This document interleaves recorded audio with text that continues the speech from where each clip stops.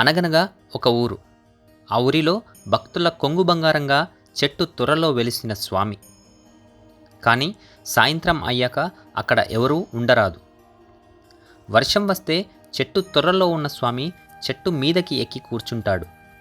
అది ఒక కుంట. చప్పట్లు కొడితే అందులో ఉన్న నీరు పొంగుతుంది. ఇలాంటి ఎన్నో విశేషాలను చూద్దాం రండి. అది ఒక పురాతనమైన దేవాలయం.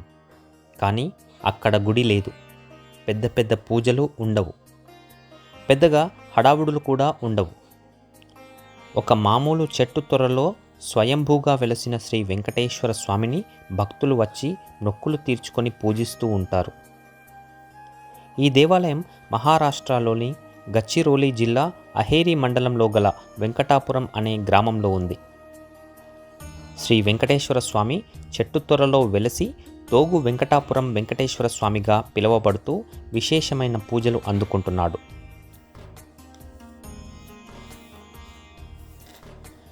ఈ ఆలయాన్ని చేరుకోవాలంటే తెలంగాణలో కాళేశ్వరం నుండి మహారాష్ట్రలోని సిరొంచా మీదుగా 100 కిలోమీటర్ల దూరం వెళ్ళాలి. మంచిర్యాల జిల్లా నుంచి చెన్నూరు మీదుగా రోడ్డు మార్గం గుండా 90 కిలోమీటర్ల దూరంలో ఈ ఆలయాన్ని చేరుకోవచ్చు. అసలు ఈ ఊరికి తోగు వెంకటాపురం అని పేరు ఎలా వచ్చింది? దాని విశిష్టత ఏంటి? చూద్దాం.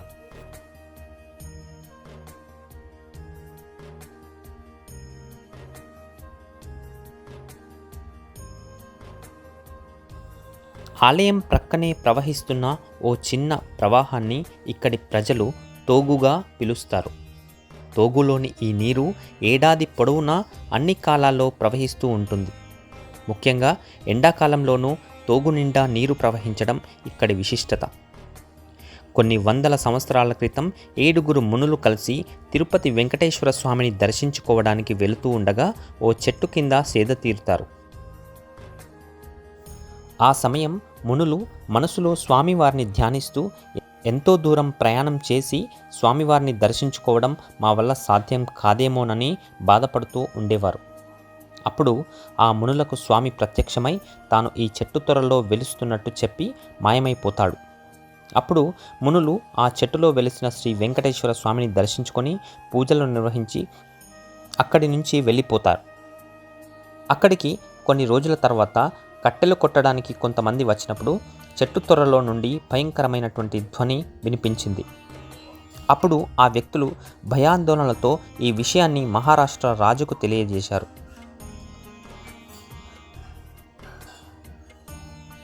అప్పుడు ఆ రాజు వచ్చి అక్కడి ధ్వనిని వింటాడు. అసలు ఆ శబ్దం గురించి తెలుసుకోవాలని భటులను ఆదేశించి ఆ చెట్టుకు తొర్ర చేయగా అక్కడ శ్రీ వెంకటేశ్వర స్వామి లక్ష్మీ సమేతుడై రాజుకు కనిపిస్తాడు. అప్పటి నుండి అక్కడ శ్రీ వెంకటేశ్వర స్వామి విశిష్ట పూజలు అందుకుంటాడు. ఇప్పటికీ కూడా అక్కడ ఆలయం నిర్మించలేదు. 2016వ సంవత్సరంలో ప్రతిష్టాపన చేశారు. దీనికి కారణం స్వయంభూగా వెలసిన విగ్రహాలకు రూపం లేకపోవడమే.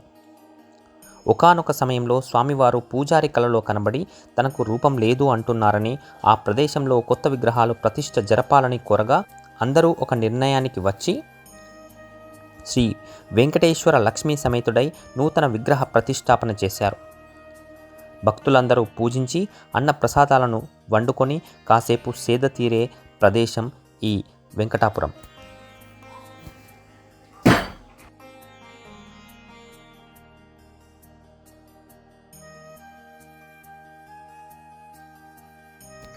అసలు ఈ తోగు ఎలా వెలిసిందంటే, నీటి ఇబ్బంది ఏర్పడినప్పుడు 7 ఋషులు నీటి కోసం తపస్సు చేశారు. అప్పుడు ఒక దేవత అడ్డగించింది. శ్రీ వెంకటేశ్వర స్వామిని గూర్చి తీవ్రంగా తపస్సు చేయగా ఆ ఋషులు 7 గుండాలుగా ఏర్పడ్డారు. అందులోని నీరే ఇప్పుడున్న తోవుగా నీరు ప్రవహిస్తూ ఉంటుంది. 7 గుండాలలో 4 గుండాలు కనుమరుగైపోయాయి.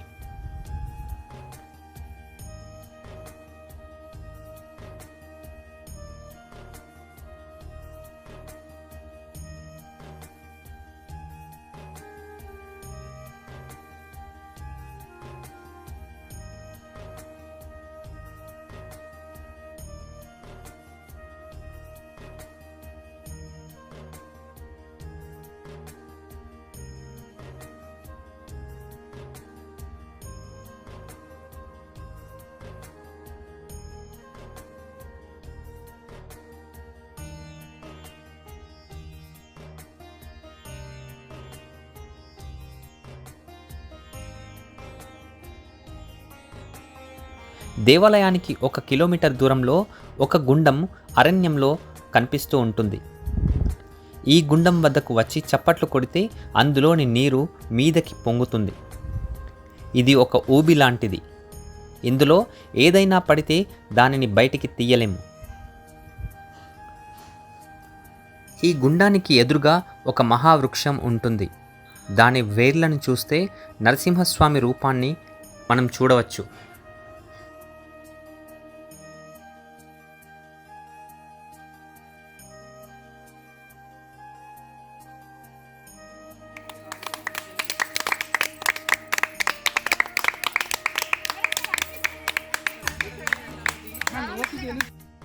శ్రీ వెంకటేశ్వర స్వామి మహిమ గూర్చి అక్కడి వారు ఈ విధంగా చెప్పారు. ఒకసారి ఒక యాత్రికుడు స్వామివారిని దర్శించుకోవడానికి ఈ ప్రాంతానికి వచ్చారు.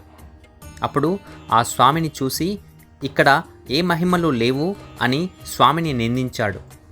అప్పుడు అతనికి మతి స్థిమితం లేకుండా ప్రాంగణం బయటకు వచ్చి పరిగెట్టాడు.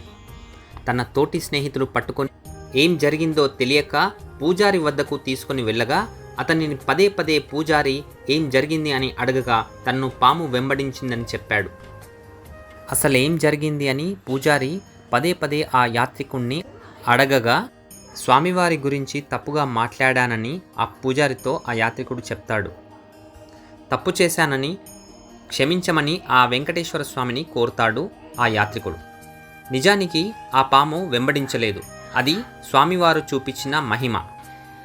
ఇంకొక సంఘటన ఏంటంటే, ఒకసారి ఆంజనేయ భక్తులు స్వామిని దర్శించుకొని అక్కడే రాత్రి నిద్రపోయారు.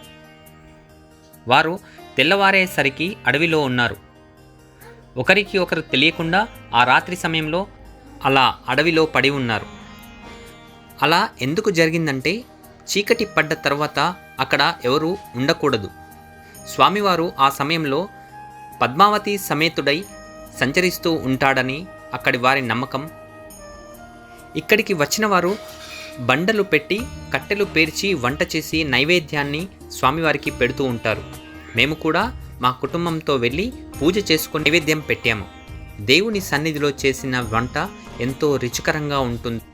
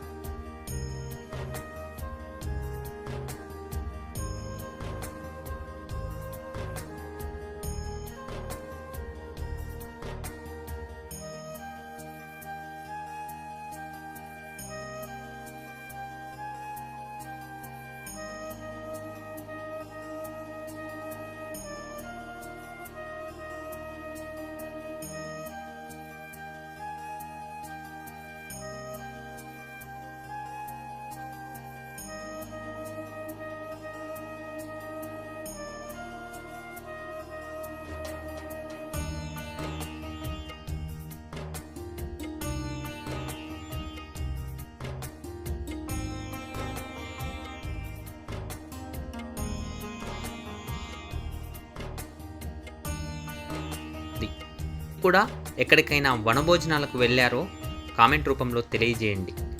మరొక వ్లాగ్తో మళ్ళీ కలుసుకుందాం. ఓం అరుణాచలేశ్వరాయ.